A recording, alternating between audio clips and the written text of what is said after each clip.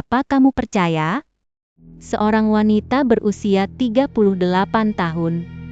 Tapi penampilannya seperti gadis 20-an, tapi menghilang sepenuhnya di jalanan Thailand. Adegan terakhirnya adalah masuk ke hotel bersama seorang pria muda. 12 hari kemudian, polisi menemukan kaki yang dipotong di hutan. Perjalanan ini malah jadi perburuan mematikan. Ini bukan film, melainkan tragedi nyata yang terjadi pada tahun 2024. Apa kamu penasaran? Apa yang sebenarnya dia alami? Mengapa dia berakhir seperti ini? Kebenarannya jauh lebih mengerikan dari yang kamu bayangkan. Sudah siap belum? Ayo kita ungkap semua detail kasus ini. Tokoh utama kasus ini bernama Yan Rui Min, seorang wanita yang bersinar di dunia maya. Kisahnya dimulai pada tanggal 13 Juli tahun 2024, mengubah cara pandang banyak orang. Hari itu, pinggiran kota Bala, Provinsi Nakhon Nayok, Thailand. Udara dipenuhi bau busuk yang menyengat. Penduduk lokal tak tahan lagi. Mereka menelepon polisi. Polisi berpengalaman tiba di lokasi, langsung merasa ada yang tak beres. Bau ini bukan bau sampah biasa, melainkan bau busuk daging yang membusuk. Polisi segera melakukan pencarian, mengikuti sumber bau. Mereka sampai di semak-semak dekat kolam. Di sana, mereka menemukan pemandangan yang mengerikan. Tumpukan daging busuk. Itu adalah kaki seorang wanita. Yang lebih mengerikan, ini bukan anggota tubuh utuh, melainkan potongan yang sengaja dipotong. Hati polisi menciut. Di sini mungkin ada bagian tubuh lain yang tersebar. Mereka segera mulai menggali, berusaha mencari petunjuk lebih banyak. Saat penggalian semakin dalam, bau semakin menyengat. Setelah menggali sekitar 20 cm, sehelai kain terpal biru terlihat. Saat membuka kain terpal, pemandangan di bawah tanah membuat merinding. Potongan tubuh yang hangus bersebaran di tanah. Yang lebih mengejutkan, polisi juga menemukan benda seperti silikon. Satu bagian bahkan masih menempel di dada kiri. Ini jelas silikon untuk implan payudara. Tak diragukan lagi, korban adalah seorang wanita muda. Polisi segera melakukan pencarian menyeluruh, berharap menemukan lebih banyak potongan tubuh, terutama kepala, untuk mengkonfirmasi identitas korban. Namun, hasil pencarian membuat hati dingin. Potongan tubuh tercecer, tapi kepala tak pernah ditemukan. Identitas korban jadi misteri besar. Tapi semua ini harus dimulai dari telepon 10 hari sebelumnya. Malam tanggal 3 Juli tahun 2024. Ketenangan sebuah rumah di Henan terganggu. Dering telepon yang nyaring berbunyi. Seorang wanita paruh baya mengangkat telepon. Di ujung telepon adalah suara pria asing. Nada suaranya tergesa-gesa. Putri Anda, Yan Rui Min, telah diculik. Membutuhkan tebusan 1 juta. Segera datang ke Thailand. Belum sempat dia bereaksi, telepon langsung dimatikan. Awalnya, dia mengira itu telepon penipuan. Tapi begitu teringat putrinya memang sedang di Thailand, dia merasa gelisah. Dia segera menelepon putrinya, tapi hanya mendengar nada sibuk. Yan Rui Min, berusia 38 tahun ini, tapi memiliki wajah seperti usia 20-an. Kulitnya putih dan cantik, tubuhnya sempurna. Di aplikasi Xiaohongshu, dia adalah influencer yang mencolok. sering memamerkan gaya hidup mewah, mobil mewah, barang bermerek, perjalanan keliling dunia. Akunnya menarik perhatian banyak penggemar. Dia tak pernah menyebut soal pekerjaan, tapi selalu bepergian ke berbagai penjuru dunia. Dia juga pernah memamerkan kartu keanggotaan kasino. Katanya butuh aliran dana 1,2 miliar untuk mendapatkannya. Gaya hidup seperti ini membuat orang iri, juga membuat orang penasaran. Dari mana sebenarnya uangnya? Pada tahun 2017, dia membuka studio yoga di Qingdao, tapi studio yoga kecil. Jelas tak mampu mendukung gaya hidup mewah seperti ini. Dia juga mendirikan klub frisbee di Shenzhen. Bisnisnya cukup bagus, tapi tetap tak bisa menjelaskan kekayaannya. Di media sosial, dia mengaku sebagai pengusaha. Akun bernama Ruiming berbagi tips menghasilkan uang, menarik puluhan ribu pengikut. Dia pernah bilang di siaran langsung, cara tercepat menghasilkan uang adalah menemukan orang kaya dan menjadikan uang mereka milikmu. Dia bahkan belak-belakan bilang bahwa dia mendapatkan kekayaan pertamanya seperti ini. Pemburu kelas atas sering muncul sebagai mangsa. Dia memamerkan kekayaan dengan mencolok, menarik perhatian banyak orang, tapi juga menanam benih bahaya. Perjalanan ke Thailand kali ini, dia pikir dia masih pemburu, tapi tak tahu bahwa dia sudah jadi mangsa orang lain. Kembali ke telepon malam itu, Ibu Yan Ruimin, Mama Yan, menyadari ada yang tak beres. Dia menelepon putrinya lagi, tetap tak ada yang menjawab. Dia mulai panik. Sementara itu, Kai Boksuan yang jauh di Thailand juga sangat cemas. Dia adalah teman Yan Ruimin. Keduanya janjian bertemu di Thailand. Yan Ruimin berangkat sendiri dari Malaysia. Sesuai rencana, dia seharusnya tiba di Thailand pada tanggal 2 Juli, tapi sejak tanggal 30 Juni, Kai Boksuan tak bisa menghubunginya. Pesan yang dikirim tak berbalas. Yan Ruimin selalu tepat waktu, tak pernah menghilang tanpa alasan. Kai Boksuan menyadari bahwa dia mungkin bermasalah. Dia segera meminta bantuan polisi Thailand. Sementara itu, Mama Yan dan keluarga juga buru-buru pergi ke Thailand.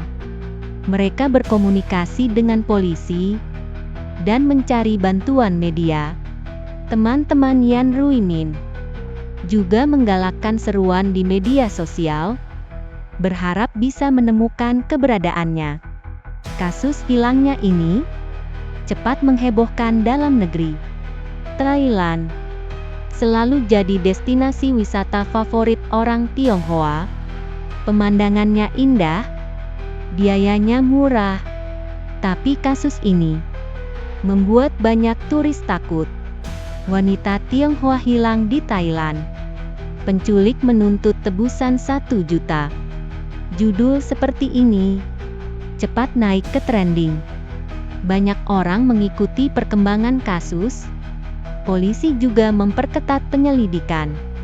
Di satu sisi, mereka memeriksa catatan keluar negeri Yan Ruimin, mencari tempat terakhir dia terlihat. Di sisi lain, di dekat hotelnya, mencari dari rumah ke rumah.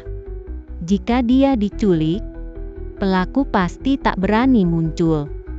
Dia seharusnya ada di sekitar sini. Namun, meski polisi mencari dengan keras, tetap tak menemukan jejak Yan Ruimin. Yang lebih aneh, penculik tak pernah menelepon lagi. Seolah-olah setelah ancaman pertama, mereka menghilang sepenuhnya.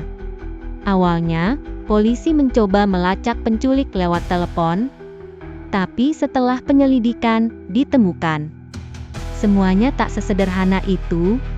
Telepon itu bukan dari penculik, melainkan dari teman Yan Ruimin.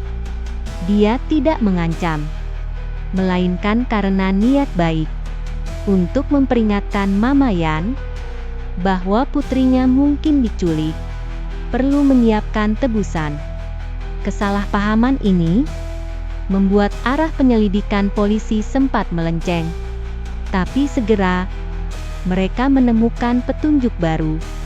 Kasus hilangnya ini mungkin bukan penculikan biasa, melainkan terkait dengan masalah cinta.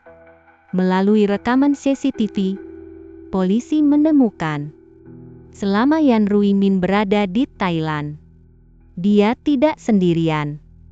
Rekaman menunjukkan dia mengenakan setelan 5 nek abu-abu, dipadukan dengan rok pendek senada dan sepatu bot hitam panjang. Di sisinya ada pria yang memakai kaos putih. Keduanya naik satu mobil.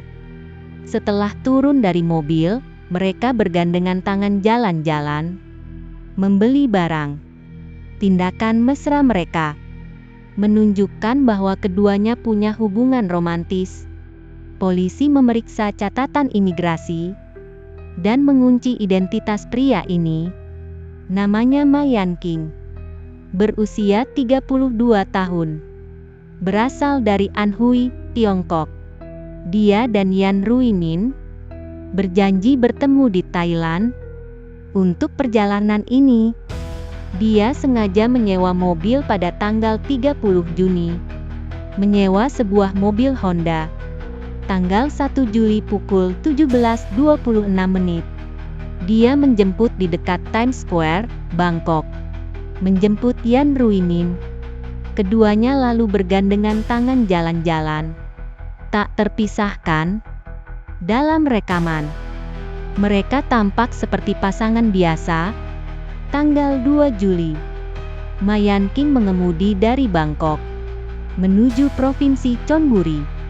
Dini hari tanggal 3 Juli, mereka tiba di Provinsi Nakhon Nayok. Sejak saat itu, semuanya mulai aneh. Tanggal 3 Juli pukul 4.58, sinyal ponsel Yan Ruimin menghilang. Lokasi terakhir, dekat sebuah taman di Nakhon Nayok. Sejak itu, dia kehilangan kontak dengan semua orang. Sedangkan Ma Yanqing, sebagai orang yang terakhir bertemu dengannya, adalah tersangka utama. Yang lebih mencurigakan, tingkah lakunya setelah Yan Ruimin menghilang sama sekali tak seperti orang normal.